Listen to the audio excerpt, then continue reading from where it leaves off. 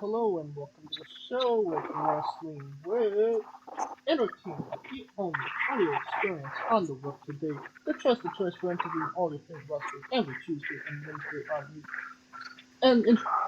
And previewing and reviewing the latest shows from WWE, AEW, New Japan, and everything in between every Saturday on YouTube and Castbox, sponsored by Rogue Energy and Player One Coffee. I am, of course, your host, that guy, James J., alongside the leader of Squad, Kaliko Yas. I didn't mean to ask about that because since Becca's no longer that's where it started, and now she's like an international pop star. Can we kind of like? Well, I feel what? like I should be like a Becca stan at this point. I mean, we're all Becca stands at this point.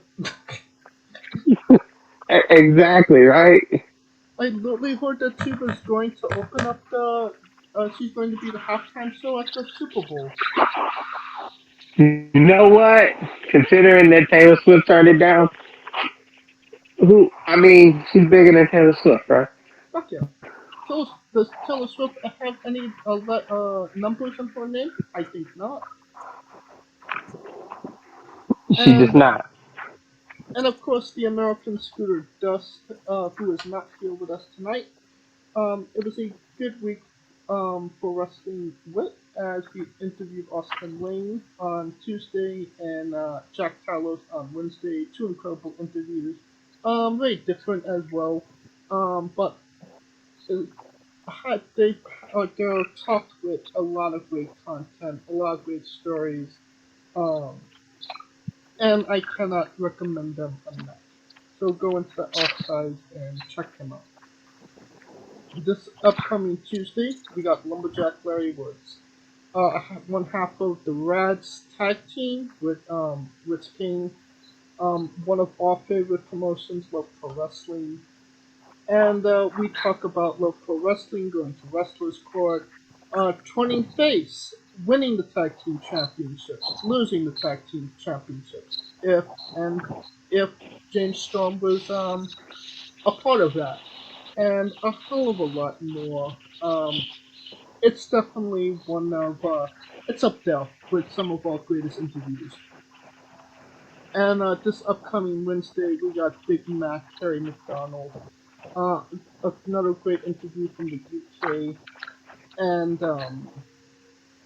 you definitely don't want to miss that one. We talk getting injured, perspective on injury, tag team partner, currently tag team champion, tag team partner prior, an rivalry with Will Ospreay's mom, crime junkies, and lots more. And you could listen to a couple of clips right now. You did kidnap Morris the Specialist one time, no?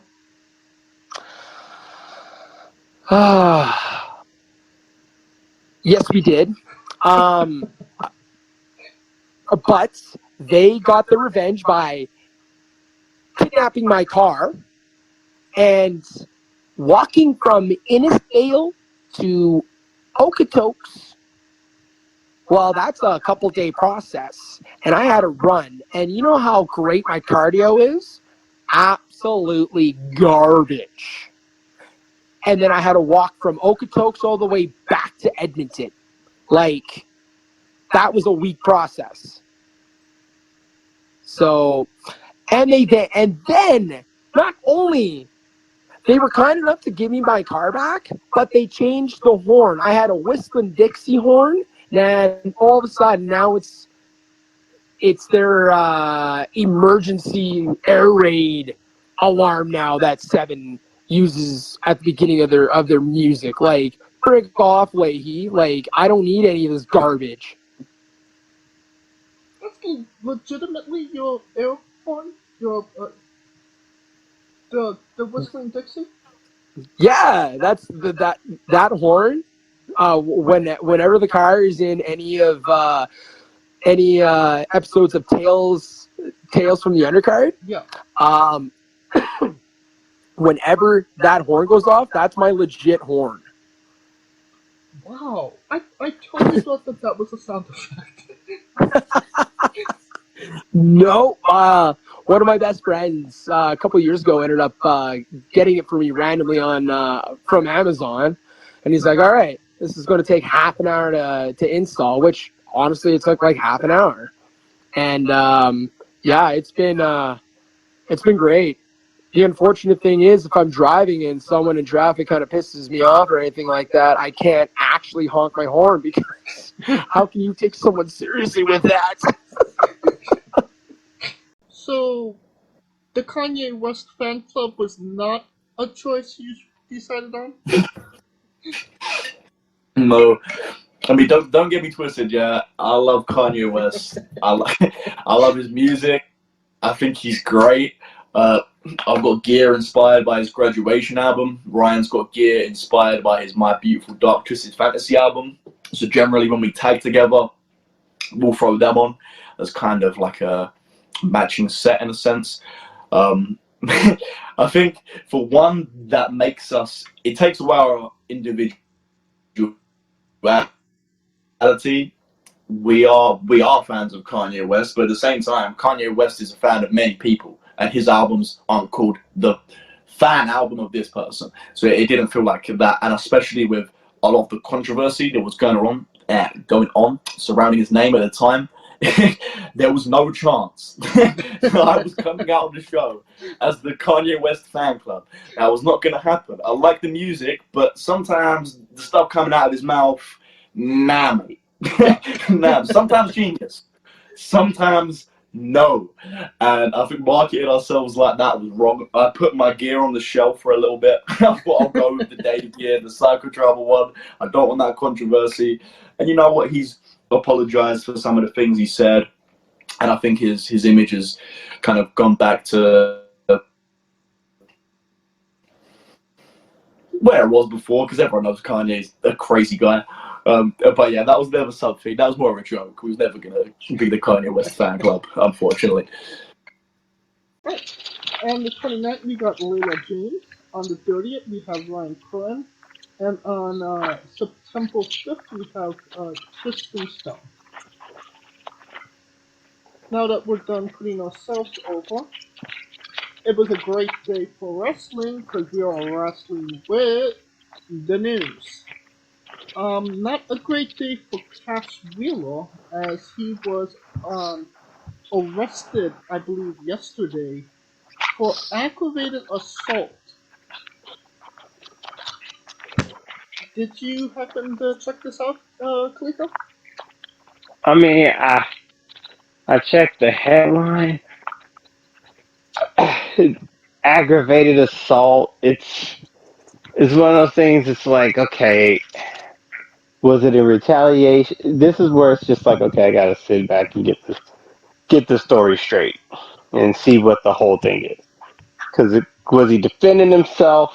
Was he just the person that got caught? Was it, you know, it's one of those things where it's kind of like he probably just his emotions got the best of him. Probably wish he could have took it back, but hell, he was the one in the jail cell. So That's correct. And,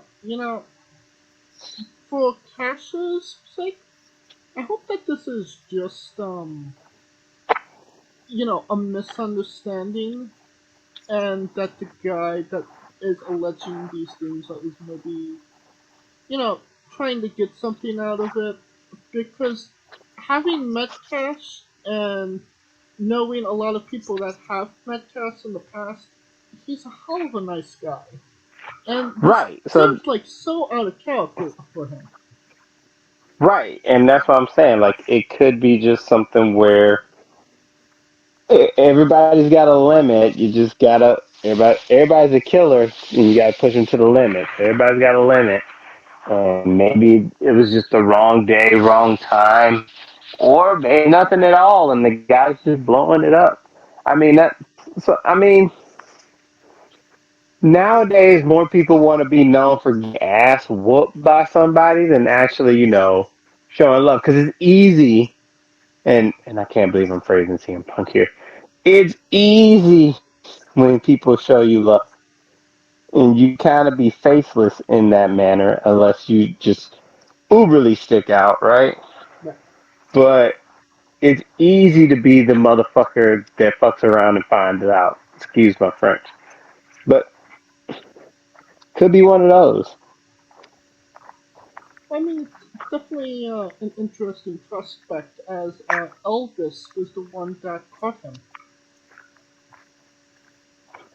So, yeah, if you don't believe me, Google that, because Elvis Presley Read has it. arrested Castro. Yeah, I mean, it's public record, so Yeah, it's not that hard to find. yeah. Man came up from the grave in order to arrest Castro. Rolled his ass from Graceland to catch Wheeler. Um, we're talking about Castro. Maybe he did something, maybe he didn't. Um, to somebody that definitely did a lot of bad shit. Sunny. Um, Oh, how she come I knew this was coming? she's facing 25 years in prison for killing somebody last March in a drunk drive or hit and run thing. Um, the thing of it is, I feel like if you don't try and change your ways after you hurt somebody, especially killing somebody, that I'm all for a good redemption story, but it doesn't look like she's looking for any redemption. You know what I mean? Well, the question is, but the problem is that this is a lady that got so many close calls based because she looked good and she never learned the lesson. But now it got her ass. Plain and simple. I mean, That's pretty plain and simple. it's one thing to hurt yourself, but once you're starting to hurt others, don't you have to kind of look yourself in the mirror and say, "What the hell am I doing?" I'm just trying to figure out, like, granted, I get wrestlers are people too, but she seemed like the type of person she could call anybody and get a motherfucker to give her a ride home. Right? Like, it takes nothing to call a cab. Honestly, in this day and age, I kind of have this hardline stance on drunk driving because there's no excuse for you to not to do it. There's no excuse for you to do it. You can Uber, Lyft, taxi, bus. There's so many modes that you can get home. And that's where it's like, I don't want to waste all the money for an Uber. I'd rather spend $200 on an Uber ride than 10 grand having to deal with all that shit and jail time. Well, and But no one thinks about that cost. I mean, this is But coming son, from continue. this is Sunny. Yeah. And like I said, it's Sunny. Someone who's probably gotten more chances than afforded. Can we admit that much? Oh yeah. And it's just got her this time. Well, we will see what happens there. It does look like she's out of lives at this point. No, she's dangling on that last one, Yeah. and more than likely, it's gonna be some jail time. Somebody that actually got free this week, Lacy Evans leaves WWE. Ooh, Um, nice segue. thank you. I believe that it wasn't. She didn't get out of her contract. She just waited until it expired and then just didn't renew. Which is the best way to do it, I suppose. The only way to do it. Because she's a Marine, and Marines are professionals. Hoorah. I think this is a good thing to ask. What went wrong with Lacy Evans? What was wrong with Lacey Evans? What went wrong? Because What went wrong? The Ric Flair got me pregnant angle fucked it all up. Because honestly, that Southern Belle shit was hot. It was. I agree. And then they tried to bring her back as something else. And then they tried to bring her back as something else. And then they rebooted it. Like, that's where it fucked up. Like, when they said Ric Flair got her pregnant, I was like, oh shit, there's that. Of all people to say that she's pregnant by. Well, I mean, before that, she was in an interesting rivalry with Charlotte Flair, and Yes! like just kind of happened. Yes! As it does. And it just seems after that, she never recovered. It was, oh, well, she had a really hot life. Let's tell people about it and make her a baby face. And then, oh, no, the, let's say that she's just a bad guy and that she hates you again. She's going to be a heel again. Okay, now but she's going to be a sergeant. Now she's going to be a good drill sergeant. Now she's Sergeant Slaughter's daughter. Like, and that's in the span of maybe like 6 weeks. She was Right. flip And, flopping gimmicks. mm-hmm. And how are we supposed to care about this girl if we don't know who the fuck she is? I think that was the problem. The one thing that the Southern Belle gimmick was really, really good. Yeah. What pisses me off is that they did the Ric Flair angle and Becky, like when Becky said she was pregnant, no one came out and said that she was pregnant by blah, blah, blah. You know what I mean? Seth Rollins did come Now, on the stage and start laughing. right. So, but then when she came back, they could have just brought her back as a female sergeant. Like, I think that if they had did it in the aggregate in the first, like, personally, I think she probably would have. Here's the thing: if they were really gonna make her a heel, she would have came back, and maybe they could have got her heat with, like, you know how Sergeant Slaughter went with Iraq in '92. Maybe they could have did that with her going with Russia when they invaded Ukraine, or they could have just flipped it and made her a face, being like that sergeant for freedom in Ukraine. You know what I mean? Zeb Coulter, where the fuck is he? He ain't doing shit. Or Dutchman, tell me that.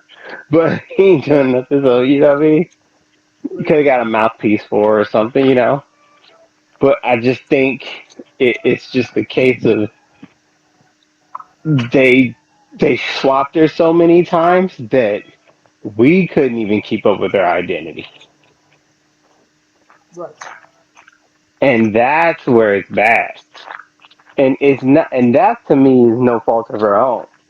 Because to me, I think she was, as a heel, like, God, dude, she was pretty good. She was really good.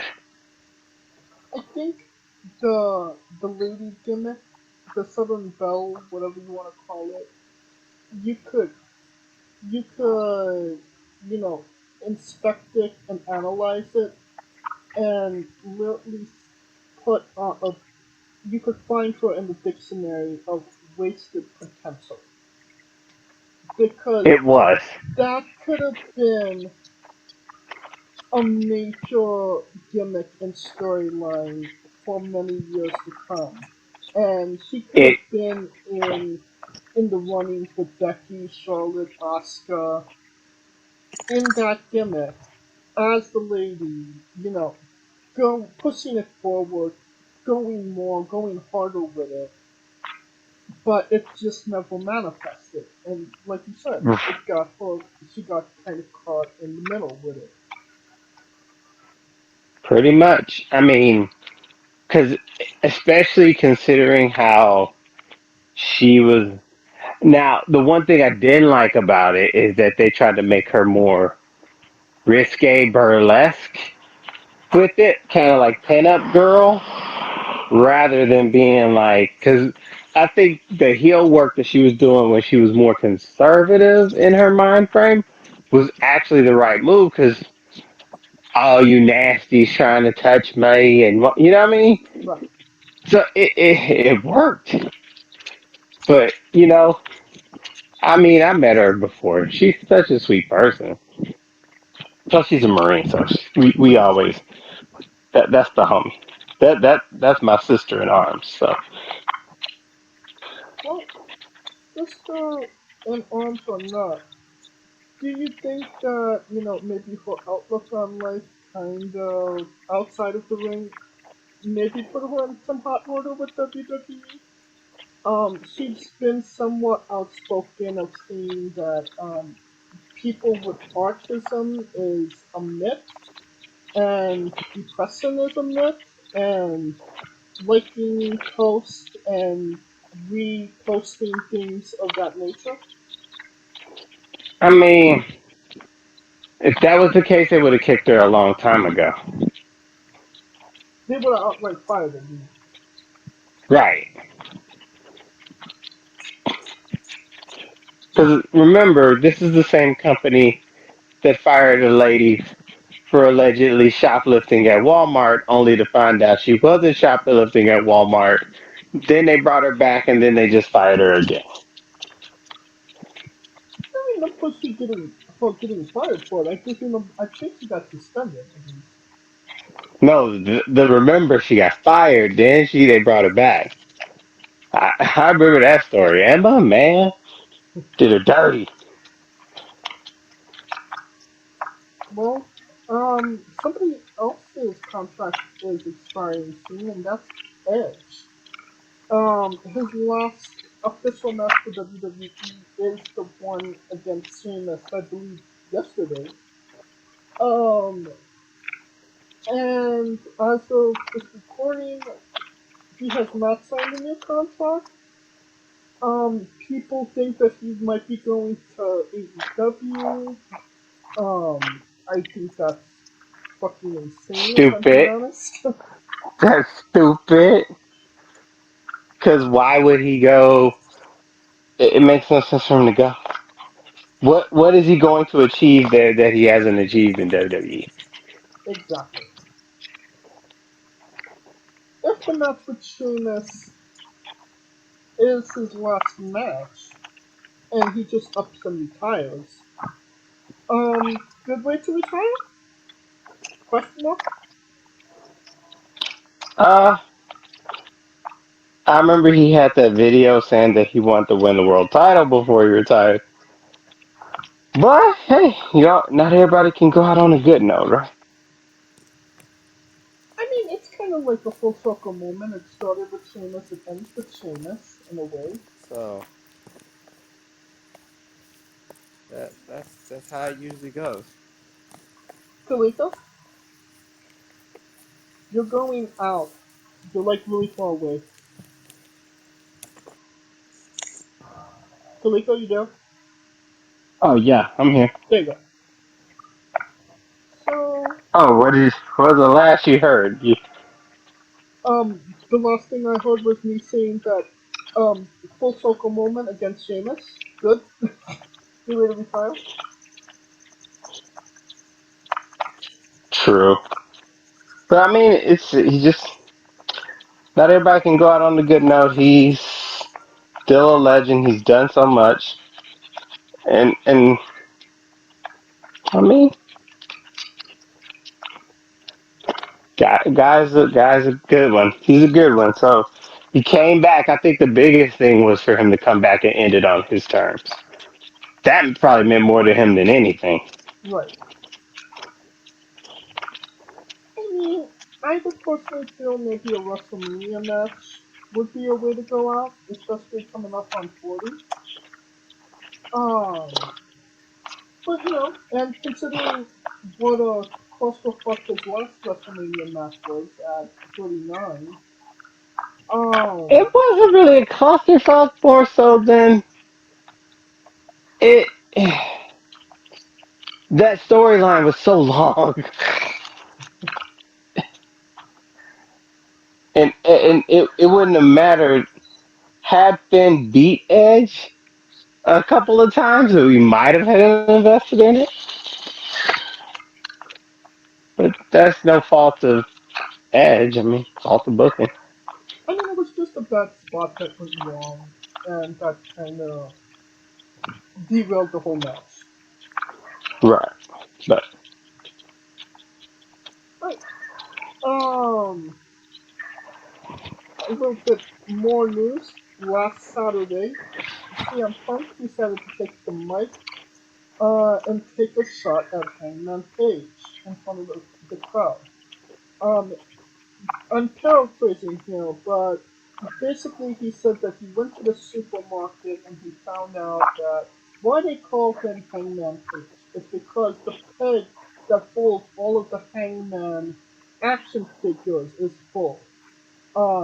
Because he's just hanging on the shelf while CM Punk is popping ratings, selling merchandise, and selling action figures. Um, my big thing about this was he asked about Darby Allen in that supermarket. I don't think so. I mean, maybe Darby Allen owes CM Punk money. He's okay with I think he's cool with Darby because Darby's on Saturday, and as we'll get into it, not everybody's allowed on a Saturday night to be on Collision. Well, it's the line in the sand. I feel like Wednesday and Saturday. You either Wednesday to Saturday. It was uh it was reported, rumor innuendo if you believe it, that CM Punk did text message Hangman Page and apologized for his comments. I However, mean, eh, just I take it as a grain of salt. reveal the text messages. Receipts. Show us the receipts. I You mean, really think they're gonna show receipts? I'm still waiting on somebody had to record that fight.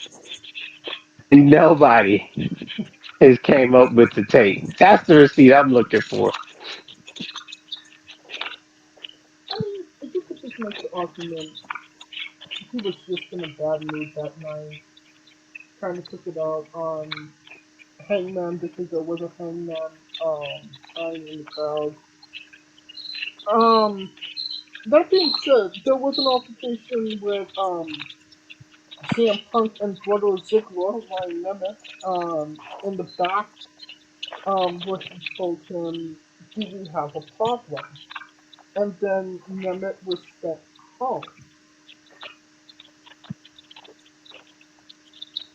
What What are your thoughts on all of this? It's just a mess. I mean, but it's its own. AEW's got their own civil war going on, and it's like, I mean, you're either with Punk or the Bucks, or you just the dude that was like, I'm just here to watch some wrestling. And But if something actually came out of this productive, because I mean, nobody is not clamoring for a CM Punk FTR versus Elite match. That's what everybody wants. And if we oh no, have, no, no! Everybody wants them to fight for real. See, that's the everybody wants them to fight for real, for real. Well, Punk and the Bucks might fight for real. Punk and Kenny might fight for real. All four of them might fight each other for real. FTR is a lot. like, like man, we just Saturday. Well, I mean, if they're gonna fight for real, put in a fucking ring and sell tickets for it. Like that, that Wembley show is something to sneeze at, honestly. 80,000 people and it's the average episode of Dynamite. But it's Wembley. It's Wembley, It but beat SummerSlam's record in '92. I mean, Even though like Roman, WWE was there and that shit was hot for Money in the Bank.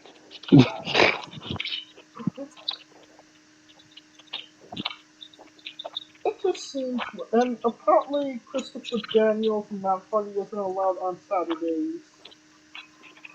This is such, this seems so convoluted and stupid, honestly.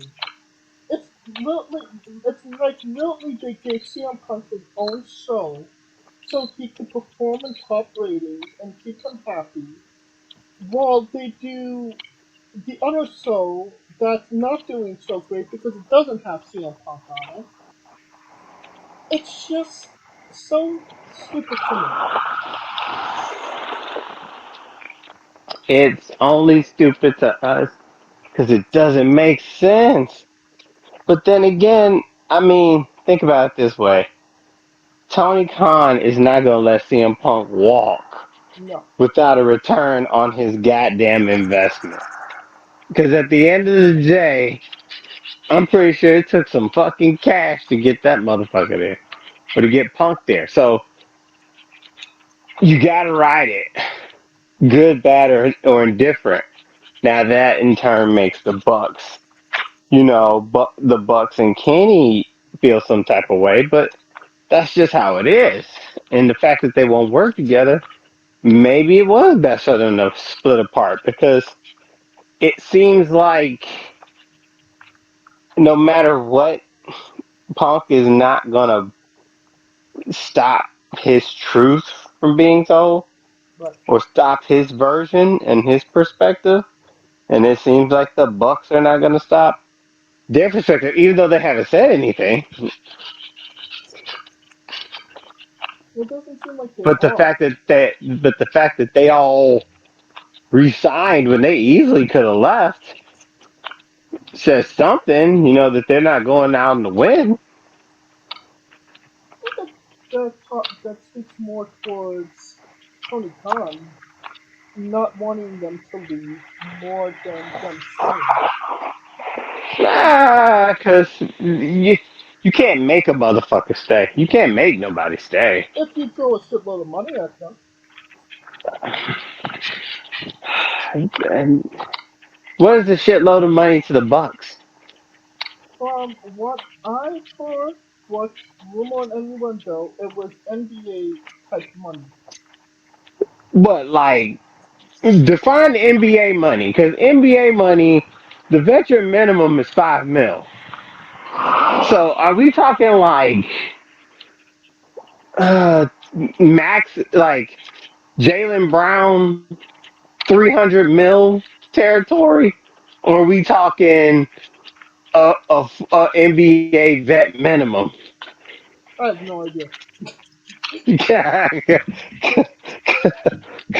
because if it's just a 5 year, three and some change, yeah, they'll stay.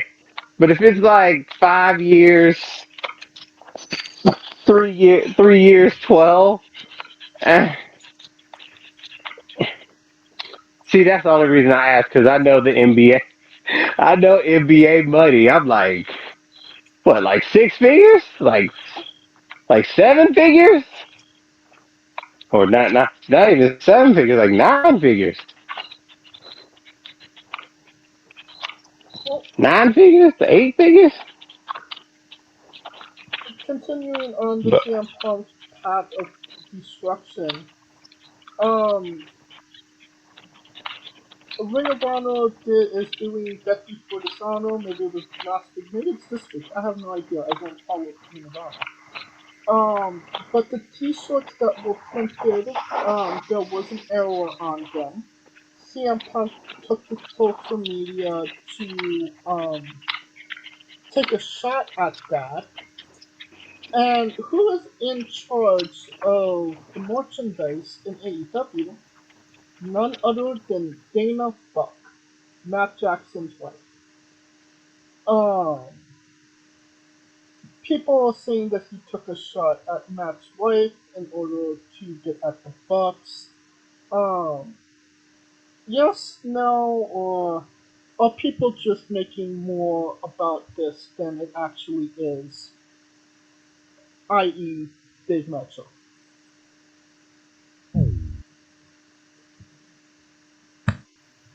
There we go. Now you said who was in charge? You left me on a cliffhanger. Dana Jackson, Matt Jackson's wife. Oh Lord. Okay. People believe that there was a shot at Matt's wife in order to get to the No, Bucks. It could just be Dave Meltzer spreading rumors for the Young Bucks because we all know that he's in their back pocket. There's not a lot of spoiler sheets that like CM Punk at this point.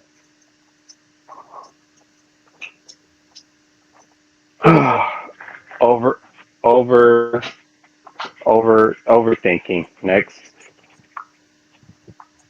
Okay.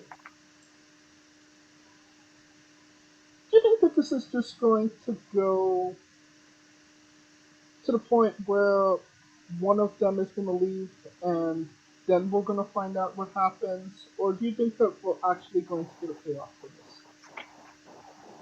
There's not gonna be no payoff because they're not gonna touch each other. It's kind of like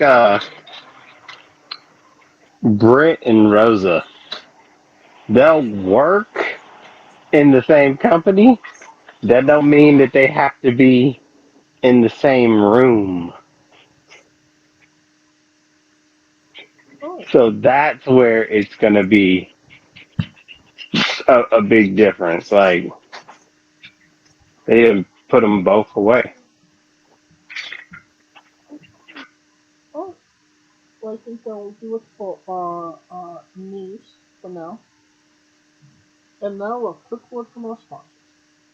So, Rogue Energy, the only gaming drink company in the world with 4 unique product lines to suit your task at hand, whether it be juices, shakes, smoothies, and everything else in between. Their low calorie, no sugar energy formula is the perfect alternative to sugar filled canned energy drinks and sodas. Their extreme formula provides the most energy, focus, and sports performance possible. Their hydration line offers focus, ingredients without the added caffeine. Drink it anytime you're thirsty. And their shake formula is so delicious.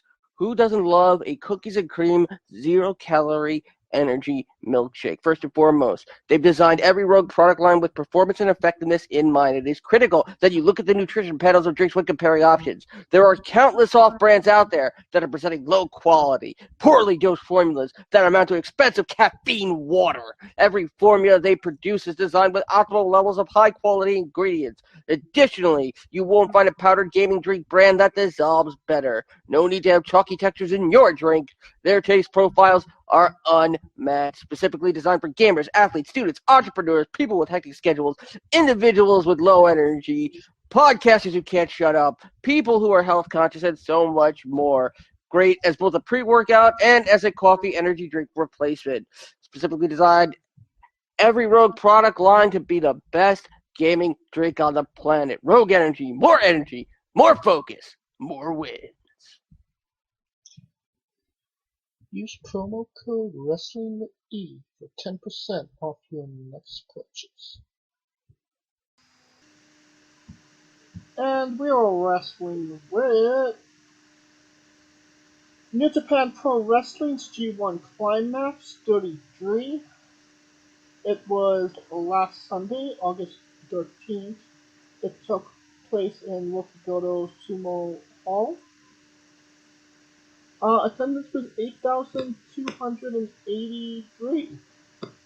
The night prior, Tetsuya Naito went on to defeat Will Ospreay in a rather uncomfortable match to watch, if I'm being honest.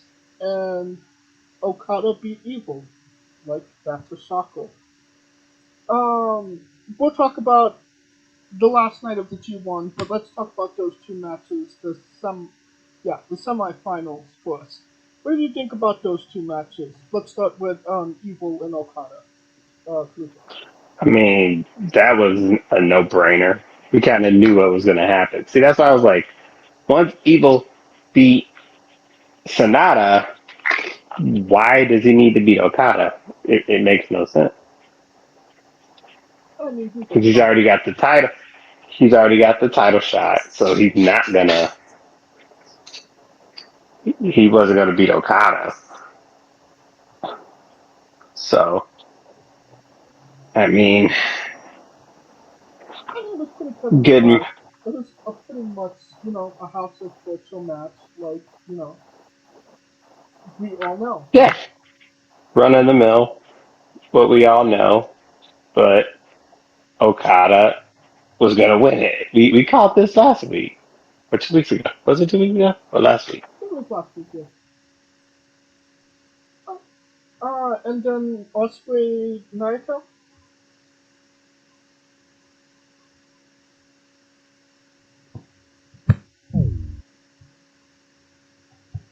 Yes, but we called it last week, right? Yeah. Yeah, there we go. So we were right on it. You know what? I fucked up on a lot of things, but I got that part right. I got the whole damn thing. The semis right anyway. Osprey and Naito.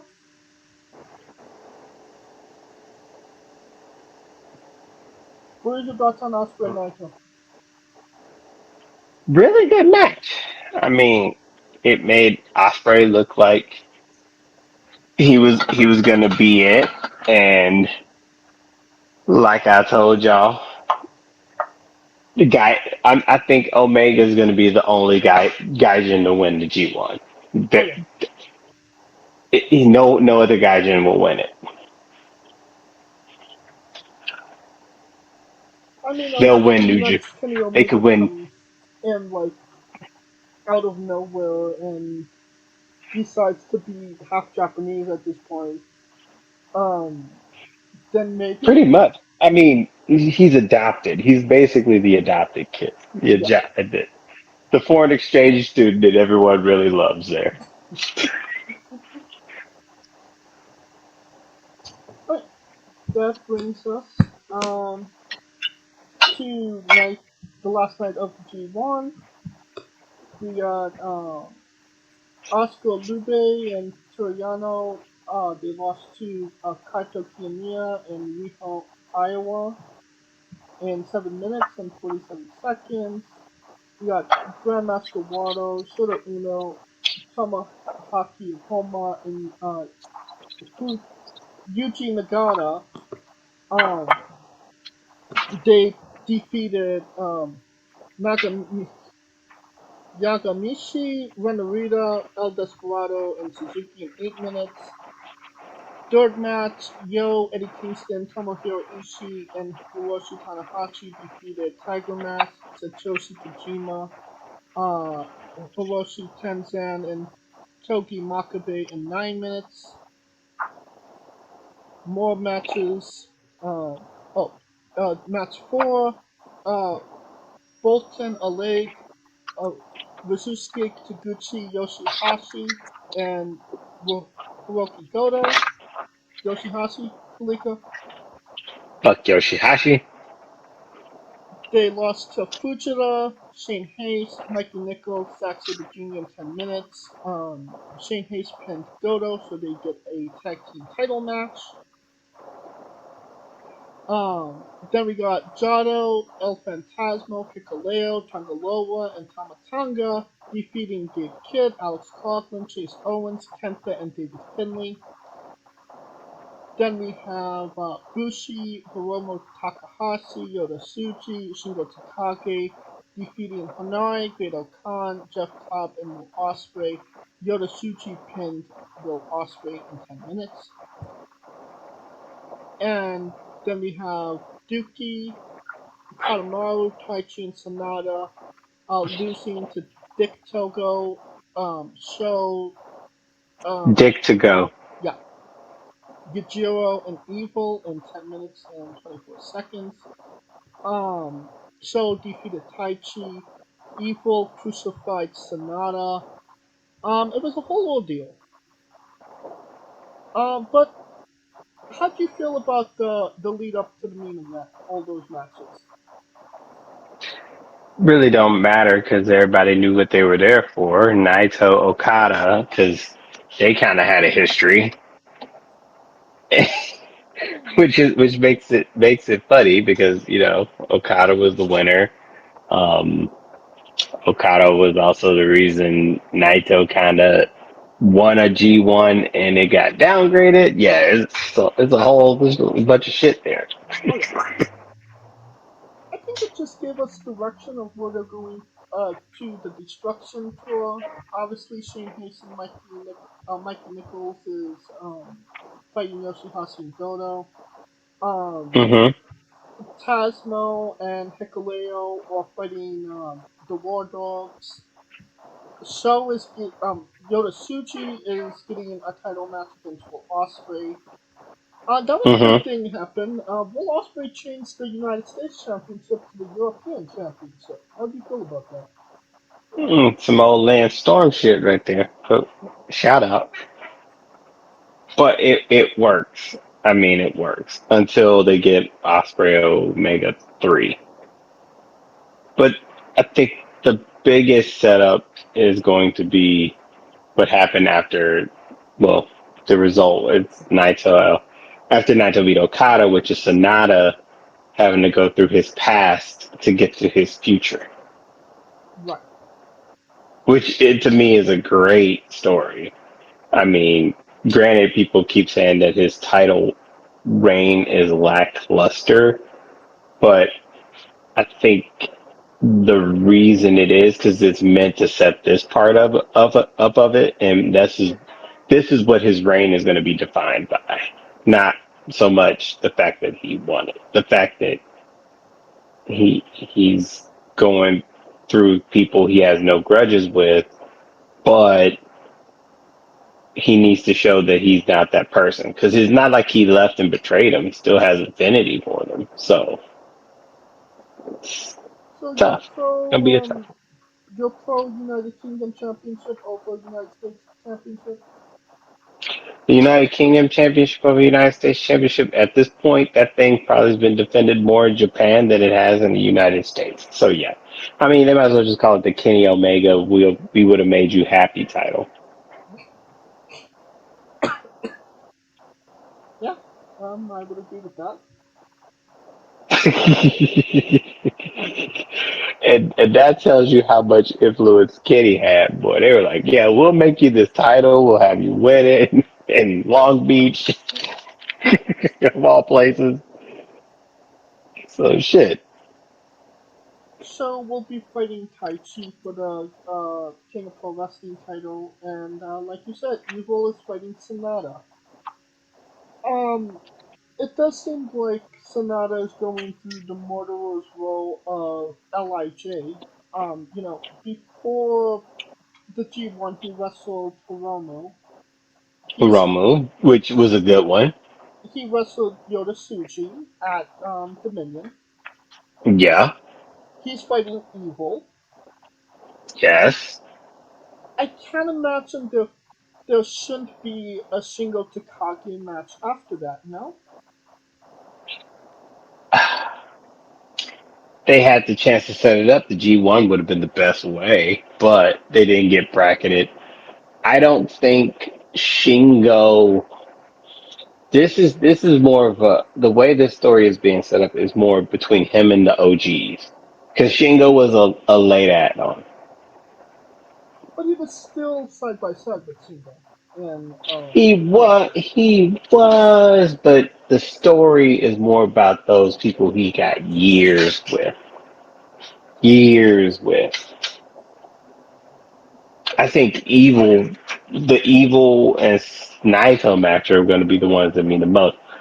I personally think the evil one has more in it because they were tag champions.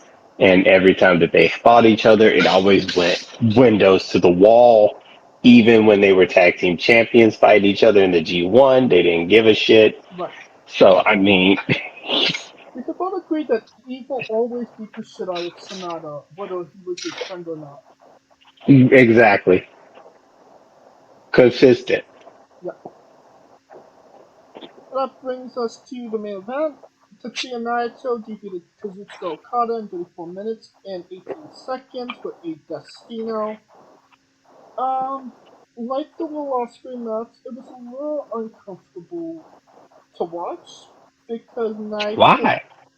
because Naito was not Naito in those two matches. He was he was in a lot of pain, and you could see it. I mean, in the Will Ospreay match, the second to the last Destino that he took, if you go back and watch that match, Naito, Will Ospreay literally did the move to himself. He literally picked Naito up in order to give himself the Destino, because he knew he was winning. Kudos to Ospreay for doing that, but it was uncomfortable. I'm a big Tetsuya Naito guy, and to I think see we all are. yeah, and to see him not at 100% physically hurting, seeing that he's not all there mentally, it kind of it made it a little bittersweet, if I'm being honest. Well, I get it. I just think that he's going to. I think it's one of those things where it's like I may not be my best. I'm not going to be the best all the time, but when I am my best will be better than whatever you have type deal with with um with Sonata. He still has to go through Cobb and the comments that he made for that match because that I think that was interesting. The whole because there's no briefcase because Okada didn't have a briefcase. Remember they had that stupid briefcase. Yeah, So even though Cobb has to face him, but it's not for his spot because there's no briefcase. And Naito basically said, "I could take the pin 5 seconds. I don't give a shit. I'm going to right, Wrestle Kingdom regardless." right, Which he is right.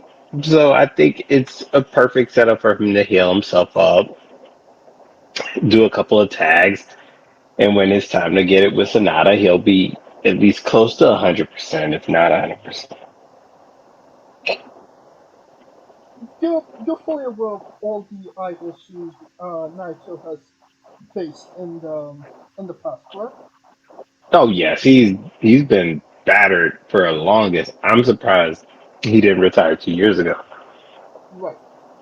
So, obviously, I believe even he said he's had 6 eye surgeries, 2 knee surgeries. His knees are giving out on him.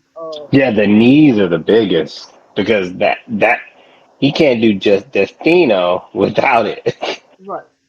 So he has a match on January 4th, 2024. It's the main event of Tokyo Dome. Is that Naito's swan song? Does he does he go into the good night after that match? um, I would think he would lose because it makes no sense for him to win the belt just to vacate the belt.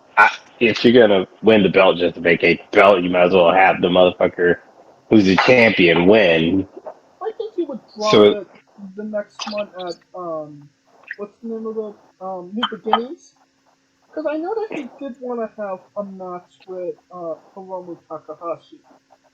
So maybe he wins the championship. He wrestles Hiromu at New Beginnings. He drops the title to Hiromu, gives him Lij, and goes into the good night. Oh gosh, that could be the case, but I'm trying to think. Since Hiromu fought him for the title, he never declared himself past the junior heavyweight, right? Well, I mean, he wrestled Sonata for the IWGP Championship, so I mean, Yeah, but that's a one-off, kind of like how Osprey fought Okada, and he never really became declared until he declared. well, I mean, you could declare it when you win it. I'm You now a gotta heavyweight. declare before you. I won the heavyweight championship, so now I'm a heavyweight. Oh Jesus, that's not how that works. I would think. I wouldn't think unless Hiromu blows up Lij. That's the only way I can see that happening. But I can't see them blowing up Lij because Lij is hella popular. Right. And I mean, if anybody's going to take over LIJ from Naito, it has to be And no Hiromu. shit, it is Hiromu. It better be Hiromu. Right. I He is his mean, protege. yeah.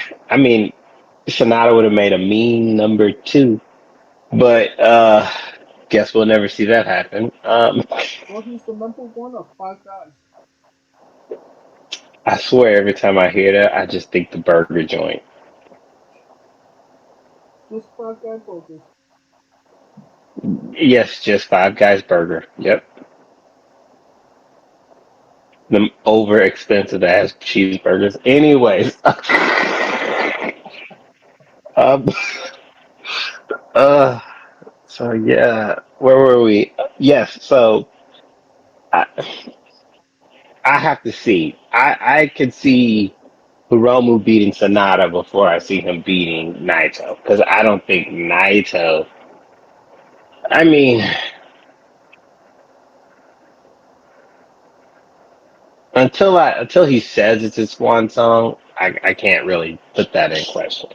So if he's not saying that that's his final match, then I don't feel like Naito's the type of guy to say beforehand. I feel like he would say after the fact. He would say, "Okay, that was my last match. See you all later." You know what I mean?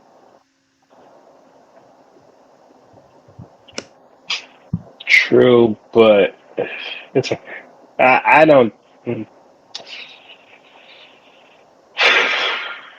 It's tricky. It's tricky. Uh, I think Naito had his two best moments, and that was when he won at the baseball diamond, and then he won the double champ. I think even if he beats Sonata, nothing will top those two. I mean, the thing that he's looking for is to do beef upon at the main event of Tokyo Dome. That's what he's going for. And until he does that, he's not going to be satisfied. That's what he essentially said. I mean, but he main evented two nights in a row at the Tokyo Dome. He's had an, he's had an up and down relationship with the Dome, if we're being honest. While that is the case, his best wins there trumps any downside. True. Alright, I believe that will conclude our coverage of the um, G1 Climax 33. How would you rate this G1? It was actually, I like the fact that it was the top two to make the quarters. It gave it the World Cup, that World Cup soccer feel that made every match count. Because the one thing, remember last time they only had like one.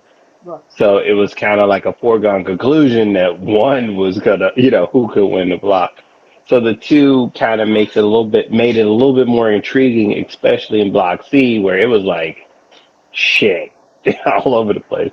Right. Uh, I think if they could improve one thing is just it's gonna be hard to like make every block balanced.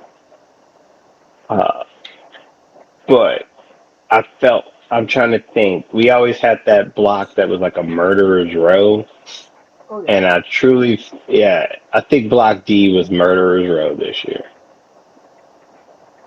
Do you Or prefer was it block the C? block, the two blocks, or did you like No, no, the no, no, no, no. The block. Never mind. Let me rephrase. Because block A was Sonata, block B was Okada, right? yeah? Okada Osprey was murderer's row because every night you're fighting Okada or Osprey. Block C was the try to get your shine block, and it just felt like everyone kind of got shine there. Same with Block D in a sense, except for Zack Sabre Jr. because he's fucking 50-50, and like I'm winning one. Like you may get your win now, I'm getting that bitch back down the road. Uh, but yeah, it was overall a good G1. It was a great G1. They set me up again because I swear to God I thought Sonata was gonna win that bitch and then pick Naito. But hey, they got other plans. I like this G1 as well. I thought it was a good one. Um, I think the 20-minute time limit really helped, knowing that no match was gonna go beyond 20 minutes.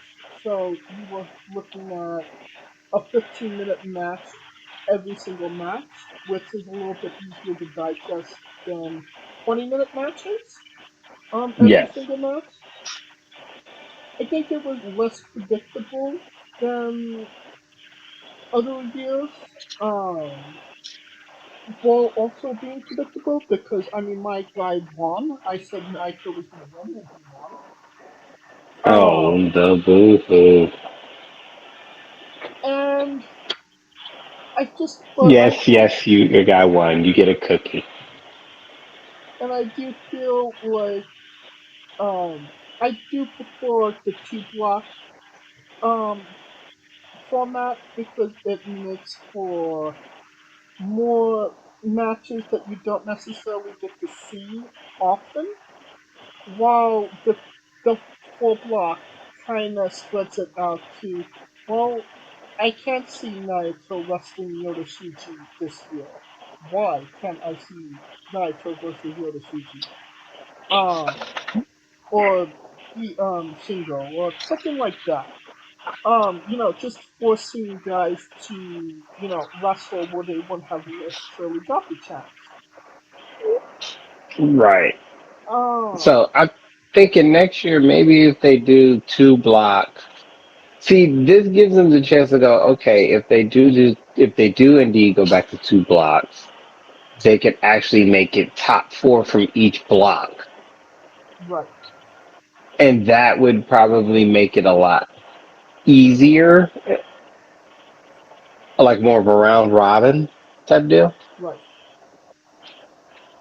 So never know. But I mean, all of that being said, I definitely enjoyed this G1. Um, Obviously Naito won, so I'm happy. I give it a thumbs up. Yeah, thumbs up. It was a good one. In every match, kind of counted. Yoshihashi did more than I expected him to do. Hmm. Toriano did worse than I thought he would do. Yeah, Jeff Cobb fucked himself over. Same with Tamatonga. Yeah, it's just a lot. It was just a lot of people who were seasoned vets fucking it up for themselves. alright. I believe that will conclude our coverage of the G1 Climax and everything that we've done in it. 4 weeks of G1 Climax coverage. Um, I hope that you enjoyed it.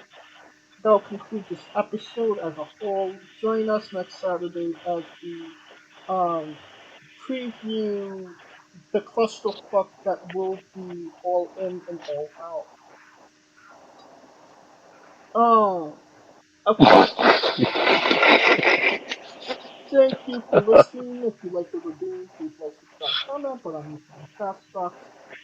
This is sponsored by World Energy and Player One Coffee. Join us this Tuesday as we interview Lumberjack Larry Woods. Join us this Wednesday as we interview Big Mac Harry McDonald. Follow the show at Wrestling with Evil on Twitter and Instagram for information on who we're interviewing, when we're interviewing them, links to those interviews, and so much more. Follow me personally at JamesC993. Welcome to Time for I am Kaliko, and yes, that all in all out is about to be. Whew, hope you get your freaking flyers miles ready because we about to fly out, baby.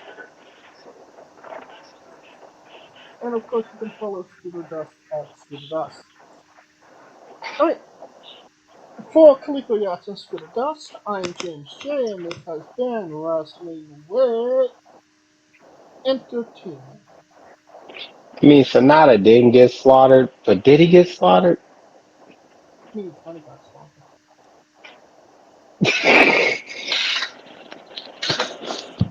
Hey, folks, this is the Colossal Mike Law, and you are listening to Wrestling with Entertainment. Enjoy the show, support these guys. We appreciate it very much. We'll see you at ringside.